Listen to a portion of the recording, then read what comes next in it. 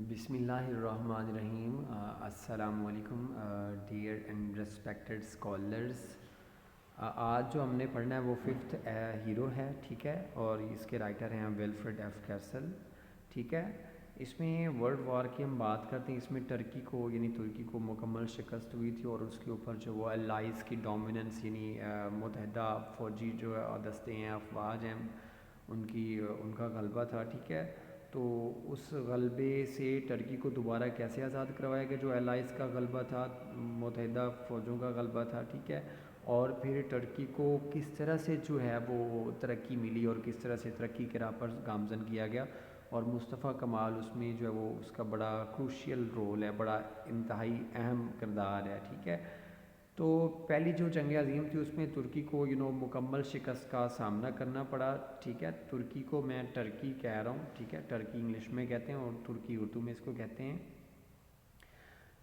First world war میں جب Turkey کو مکمل شکست ہوئی تو اس وقت جو ہے وہ یہ الائز فورسز، جو متحدہ فورسز ہیں مختلف ممالک کی، ٹھیک ہے، تو ان کے انڈر تھا یہ، انہوں نے آکوپائی کیا تھا، قبضہ کر لیا تھا اس کے اوپر، ٹھیک ہے۔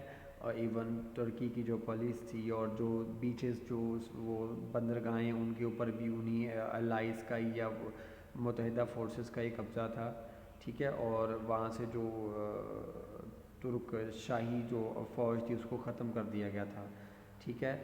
تو کچھ جو تھے وہ بچے کھچے ٹکڑے تھے آٹومن امپائر کے، سلطنت عثمانیہ کے، جو مشرقی ایسٹرن اناطولیہ میں تھے، مشرقی اناطولیہ میں تھے، ٹھیک ہے۔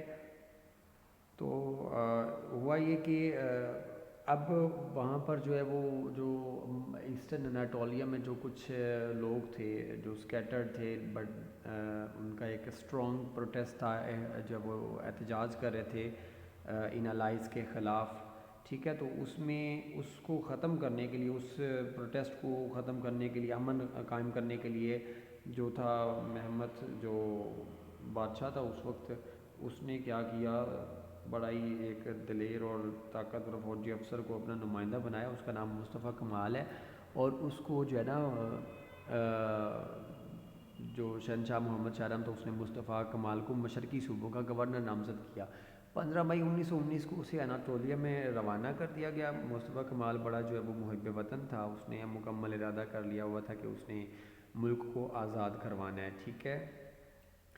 اب وہ جب وہاں سے نکل کر جاتا ہے استنبول کی طرف، ٹھیک ہے، تو وہاں پر لوگوں کے مائنڈ میں بڑی قسم کے جو ہے نا شکوک و شبہات پیدا ہوتے ہیں، اور وہ اس کو روک لیتے ہیں، اور جو ہے وہ مصطفیٰ کمال، ٹھیک ہے، اس کو روک لیا جاتا ہے۔ اب جب اس کو روکتے ہیں تو اتحادی روک لیتے ہیں، تو وہ اصل میں اتحادیوں کا مقصد یہ ہوتا ہے کہ ملک کا جو کچھ حصہ ہے وہ گریک کو دے دیں، یونانیوں کو دے دیں، ٹھیک ہے۔ 15 مئی 1919 میں جو برطانوی امیر البحر مقیم ترکی تھے نا، انہوں نے یونانی فوجوں سے کہا کہ وہ ازمیر کی بندرگاہ اور اس سے ملکہ آئدین زرخیز علاقے پر قبضہ کر لیں۔ اب جب انہوں نے یہ قبضے کی بات کی تو جو ترک محب وطن تھے وہ بھی وہ بھی انفیوریٹڈ ہو گئے، ان کو بھی فیوریس ہو گئے، وہ غصہ آ گیا۔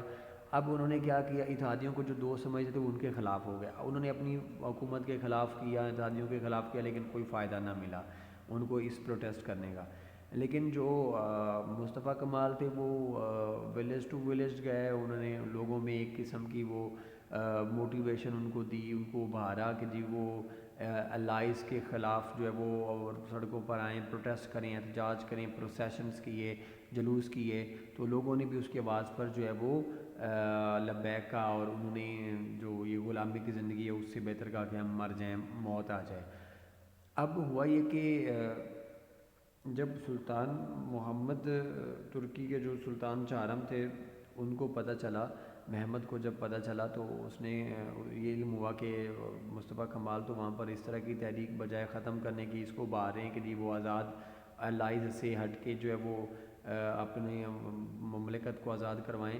اصل میں یہ محمد جو ہے وہ بیسیکلی آٹومن امپائر کا لاسٹ بادشاہ تھا سلطنت عثمانیہ کا، اور اس کا یہ مقصد تھا کہ ہماری جو سروائیول ہے، ہمارا جو انٹرسٹ ہے وہ ہم یہ ہے کہ ہم ان کو تسلیم کر لیں، جو اتحادی فورسز ہیں ان کے اندر رہ کے اپنا کام چلائیں، لیکن وہ کہ فورن انویژن یا فورن کنسرنس یا بیرونی ملک جب آپ کے حکومت میں ہوتے ہیں، انوالو ہوتے ہیں، شامل ہوتے ہیں، تو پھر آپ کی وہ آزاد مملکت تو نہیں ہوتی، پھر تو آپ ان کے کنٹرول میں ہی ہوتے ہیں. تو مصطفیٰ کمال چاہتا تھا کہ اب وہ مکمل طور پر ان سے آزادی حاصل کرے. ٹھیک ہے. آخر یہ ہوا کہ 23 اپریل 1920 میں انقرہ میں مصطفیٰ کمال کی صدارت میں ایک جو ہے وہ ترکی کی عظیم انقلابی کونسل کا اجلاس ہوا. ٹھیک ہے. اور اس میں مصطفیٰ کمال نے جو ہے وہ اس قرارداد میں استنبول اور بادشاہ اور گورنمنٹ سے لا تعلقی کا اظہار کیا. ٹھیک ہے. اور بعد میں جو ہے وہ یہ ہوا کہ جو ان کی حکومت تھی سلطنت عثمانیہ کی، جو بچی ہوئی حکومت تھی یا جو الائز تھے، انہوں نے یہ فیصلہ کیا کہ عثمانیہ سلطنت کا جو دارالخلافہ ہے بین الاقوامی شہر بنا دیا جائے. ٹھیک ہے. اور وہ برطانیہ، فرانس اور اٹلی کے انڈر ہو، اور مشرقی اناطولیہ کو آرمینیائی اس ریاست کا حصہ بنا دیا جائے. ازمیر کا جو علاقہ اس کو یونان کے حوالے کر دیا جائے. ٹھیک ہے. اب یہ جب سب ہو گئے تو اس طرح سے اتحادیوں نے یونانی فوجوں کو دعوت دی کہ وہ ترکی پر آ کر حملہ کر دیں.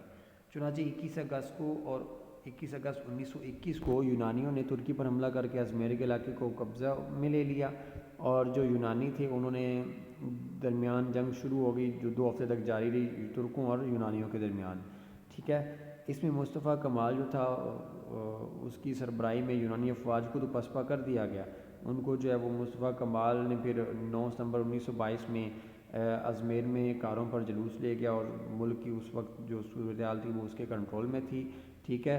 اور اس طرح سے عظیم قومی مجلس کی منظوری سے بادشاہ جو تھی وہاں پر اس کو ختم کر دیا گیا تھا. اور 17 نومبر 1922 کو ترک بادشاہ چپکے سے جو برطانوی ایمبولینس میں سوار ہوئے اور جلا وطن ہو گیا، ایگزائل ہو گیا، اور اس طرح سے آٹومن امپائر کا جو وہ خاتمہ ہوا. آٹومن امپائر یعنی سلطنت عثمانیہ. 29 اکتوبر 1923 کو جو دن تھا، اس دن ترکی کو جمہوریہ قرار دیا گیا. ٹھیک ہے. ڈیموکریٹک اسٹیٹ قرار دیا گیا، اور مصطفیٰ کمال جو تھی وہ اس کے پہلے صدر، اور جنرل عصمت انونو اس کے پہلے وزیر اعظم بنے تھے. اب ہم بات کر لیتے ہیں جی اس کے کویشچنس کی، لیکن کویشچن سے ڈسکس کرنے سے پہلے میں آپ کو تھوڑا سا آئیڈیا دے دوں. وہ یہ ہے کہ مصطفیٰ کمال نے بڑی بڑی ریفارمز جو اصطلاحات نافذ کی. اس نے ایجوکیشن کے فیلڈ میں بہت اچھے ٹیچرز کو پہلے ہائر کیا جو تربیت یافتہ تھے، پھر انہوں نے لکھنے پڑھنے کے لوگوں کو قابل بنایا. ترکی زبان کو سادہ بنایا گیا، اس کے لیے کمیٹی بنائی گئی تھی. عربی اور فارسی رسم الخط کی جگہ پہ ترکی زبان کو کیا گیا، اور فیوڈلزم جو جاگیردارانہ نظام ہوتا ہے اس کو ختم کیا گیا. مجھے بس اس کا ایک کام جو وہ ناپسند لگا، وہ یہ تھا کہ اس نے پردہ جو تھا وہ خواتین کا اس کو یہ کہا کہ جی وہ ختم کر دیں، اور مرد اور خواتین جو ہیں مین اینڈ ویمن وہ اکٹھے جو ہے وہ اپنا پارٹ پلے کریں، یعنی وہ تمیز اس نے ختم کر دی. ٹھیک ہے. تو بہرحال اب ہم کویشچنس کو ڈسکس کر لیتے ہیں. پہلا کویشچن ہے what was the attitude of the Turkish government towards the allies after the world war first. ٹھیک ہے. اب اس کا جواب پہلی جنگ عظیم کے بعد ترکی کی حکومت جو تھی اس کا اتحادیوں کے ساتھ کیسا رویہ تھا. تو آفٹر ورلڈ وار فرسٹ میں نے انڈر لائن کیا ہوں the government and the government, آپ یہ کریں گے، the government was eager to collaborate with the conquerors. ٹھیک ہے. They thought that cooperation with them was in the best interest of the nation and the country. So practically the whole administration had been in the hands of the allied forces. ساتھ میں اس کی translation ہے، آپ کو easy ہے، کوئی ایسا issue نہیں ہے. سیکنڈ جو کویشچن ہے، یہ جو بھی میں نے آپ کو انڈر لائن یہاں پہ کیے ہوئے بس آپ نے انہیں کو کرنا ہے. جیسے تیسرا کویشچن ہے دا ٹرکش، یہاں پہ دا میں جو ہے وہ ٹی جو ہے وہ آپ نے کیپٹل، باقی انڈر لائن کو ہی کرنا ہے. اس کے بعد جو چوتھا کویشچن ہے اس میں جو انڈر لائنڈ ورڈز ہیں بس انہیں کو ہی آپ نے کرنا ہے. جیسے یہاں پہ سیکنڈ لائن میں سٹارٹ ہو رہا ہے he tried to build the national army full stop, اور اس کے بعد جو آپ نے he toured from village to preach resistance the news of advancing Greeks وہ also stirred up the people's emotions. اب اگلا جو یہ کویشچن ہے پانچواں، why did Muhammad order Mustafa Kemal to return to the Constantinople. ٹھیک ہے. اس کا آنسر آگے اگلے پیج پہ اسٹارٹ انڈر لائن میں نے کیا ہوا ہے. اس طرح سے اس کے بعد جو نیکسٹ کویشچنز آ رہے ہیں ان میں بھی یہ سیم میں نے آپ کو ہائی لائٹ کیا ہوا ہے. یہ اسپیشلی جو مجھے کسی بچے نے اسپیشلی ٹیکسٹ کیا تھا کہ سر کائنڈلی آپ ان کو شارٹ بھی کر دیں, تو بیٹا یہ آپ لوگوں کے لیے میں نے شارٹ کیا. میں بار بار ویڈیو کی بھی دیکھ رہا ہوں کہ وہ زیادہ لمبی نہ ہو جائے, بیکاز دین سینڈنگ پرابلمز ہوتے ہیں ہمیں شیئر کرتے ہوئے, ٹھیک ہے. تو ہم نیکسٹ جو چلے جاتے ہیں.